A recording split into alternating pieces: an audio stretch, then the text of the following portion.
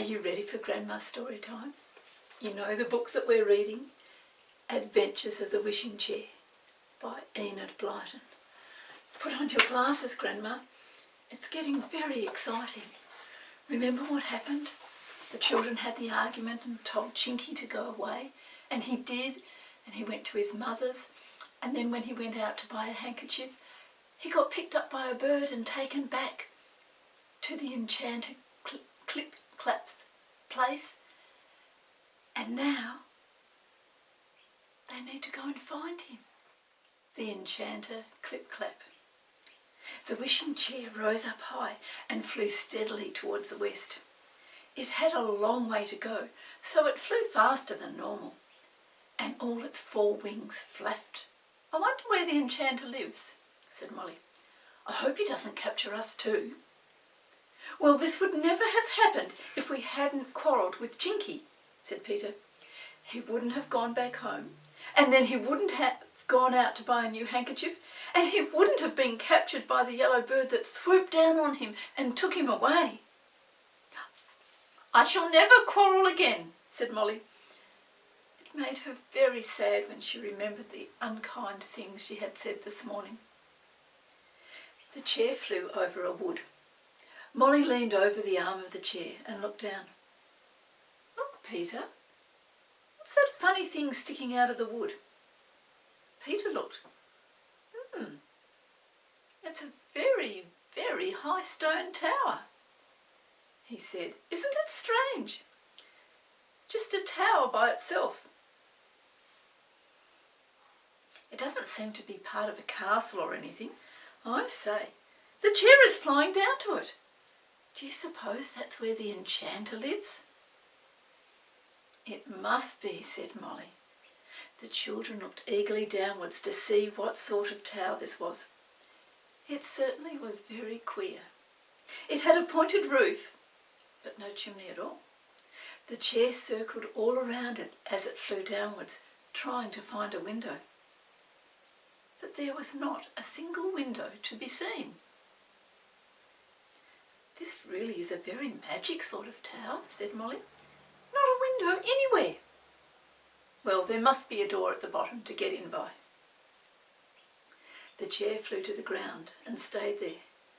The children jumped off. They went to the tower and looked for a door. There was not one to be seen. The tower was quite round and very tall indeed, higher than the highest tree. But it had no doors and no windows, so it seemed quite impossible to get into it. Peter and Mollie walked round and round it a great many times, but no matter how they looked, they couldn't see a way to get in. "Do you suppose Chinky is in there?" said Mollie at last.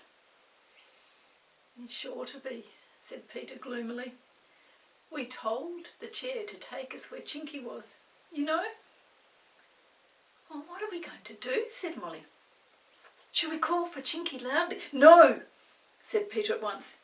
"If you do that, the enchanter will know we are here, and he may capture us too. Don't do anything like that, Mollie." "Well, how else are we going to tell Chinky we're here?" said Mollie. "We must do something. It's no good standing here looking for doors and windows that aren't here." "Shh," said Peter suddenly, and he grabbed Mollie and pulled her behind a tree, and she quickly grabbed the chair and pulled that behind the tree, just in time. There came a loud noise, like a clip-clapping of thunder.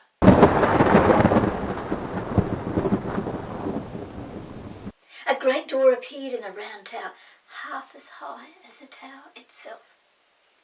It opened, and out came the Enchanter Clip-Clop. He was very tall and thin, and he had a long beard that reached the ground. He wore it in a plait, and it looked very queer. "See you finish that spell properly," he called to someone in the tower. Then there came another loud clapping noise, like a roll and crash of thunder.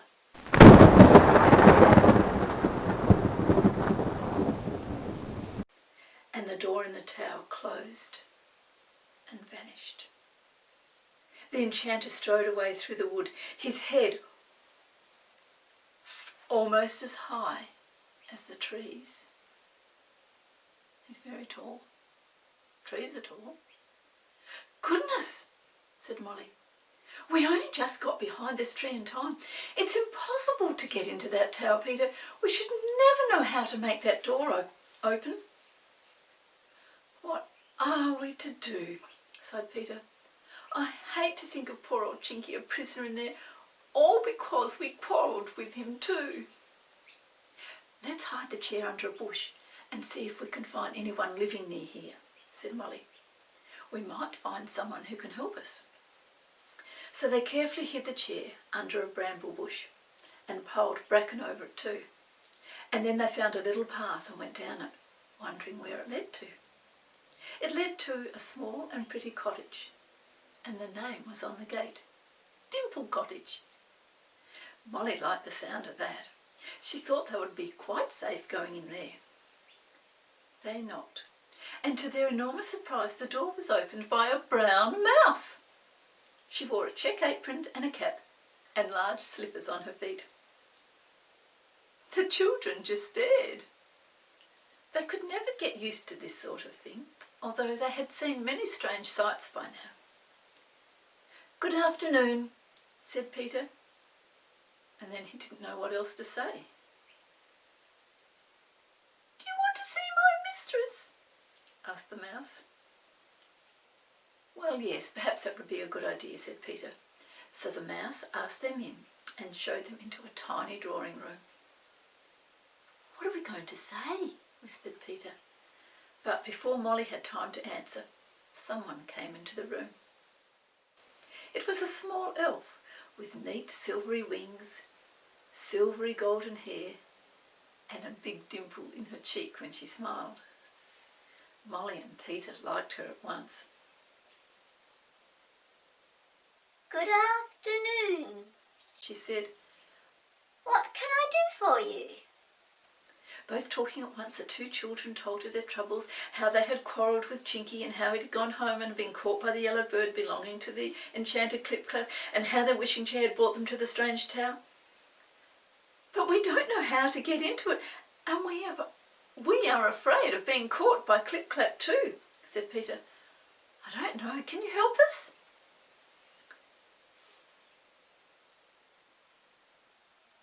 "I don't think I can," said the elf, whose name was Dimple. "No one knows a spell powerful enough to get into the Enchanter's Tower. I've lived here for 300 years, and no one has ever got into that tower except the Enchanter and his servants and friends. I wouldn't try if I was you." "Oh, we must," said Mollie. "You see, Chinky is our friend. We must help him." "Yes, we have to help our friends," said the elf. "Wait a minute. I wonder if my mouse knows anything that might help. Harriet! Harriet!" The little servant mouse came running in. "Yes, madam." "Harriet, these children want to get into the Enchanter's Tower," said Dimple. "Do you know any way in?" "Yes, madam, I do," said Harriet. "Oh, you do," said Mollie. "Oh, do tell us, Harriet." "My auntie lives down in the cellars of the tower," said the little mouse.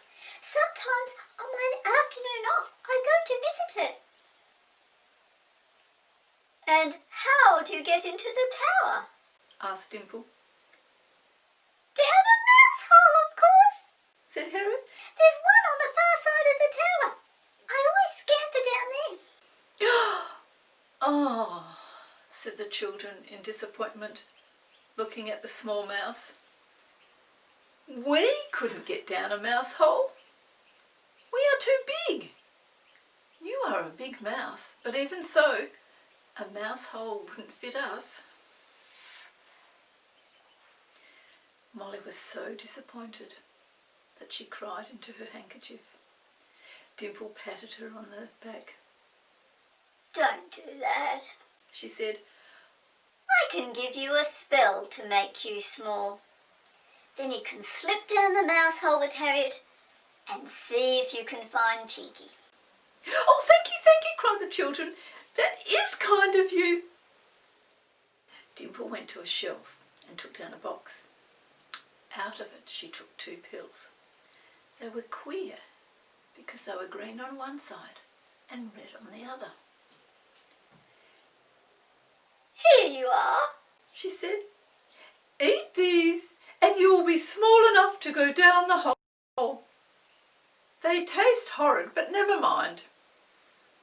The children each chewed up a pill. They certainly tasted funny, but they were very magic indeed. No sooner had they eaten than Mollie and Peter felt as if they were going down, for they suddenly grew very tiny indeed. They looked up at Dimple, and she seemed enormous to them. Harriet, take off your apron and cap and take those children to see your auntie, said Dimple. So Harriet carefully folded up her cap and apron and then went out with the children. She took them over to the tower and showed them the small hole under the wall. Down here, she said, and down they went. Oh, that's the end of the chapter. Oh, fancy having a red and green tablet and going little. I hope they can grow big again. Come back and we'll find out what happens when they go down the mouse hole. Bye-bye.